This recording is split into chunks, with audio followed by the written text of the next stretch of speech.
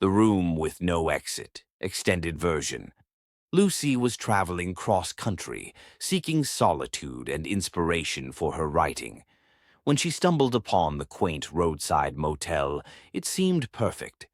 The clerk, an elderly man with sunken eyes, handed her a brass key and gave her an odd look. "Room 13, he said. "It's cheap, but some say it's cursed." Lucy chuckled nervously, brushing off his words as small-town superstition. The room itself was nondescript: a bed with a worn quilt, a rickety dresser, and a single window that looked out onto the parking lot. The air felt heavy, but Lucy attributed it to her exhaustion. She locked the door and collapsed onto the bed, intending to write, but sleep took her almost immediately. When she woke, it was morning, or so she thought.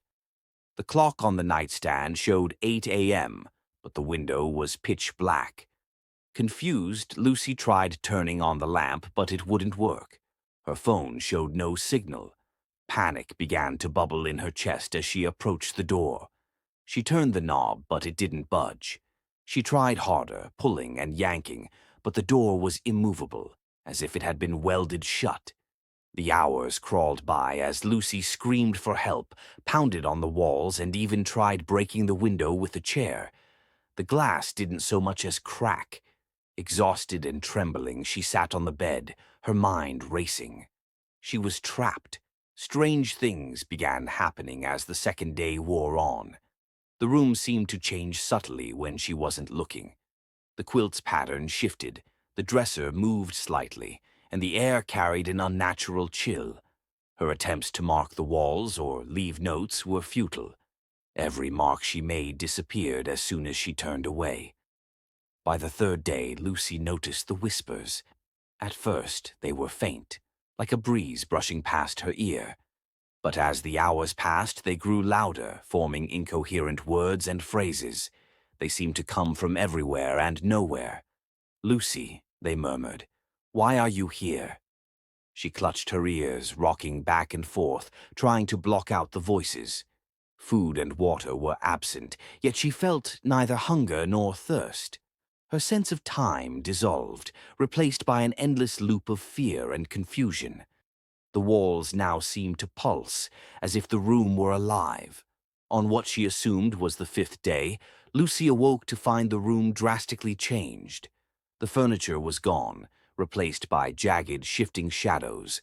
The walls, once beige, were now black, slick, and pulsating like living tissue.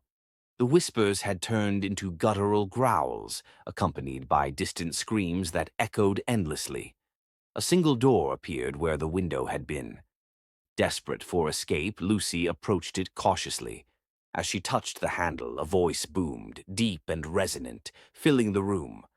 "Are you ready to leave?" it asked. "Yes," Lucy screamed. "Please, let me out." The voice chuckled, low and menacing. "To leave, you must answer. Why did you come here?" Lucy stammered, her mind racing. I needed inspiration," she said.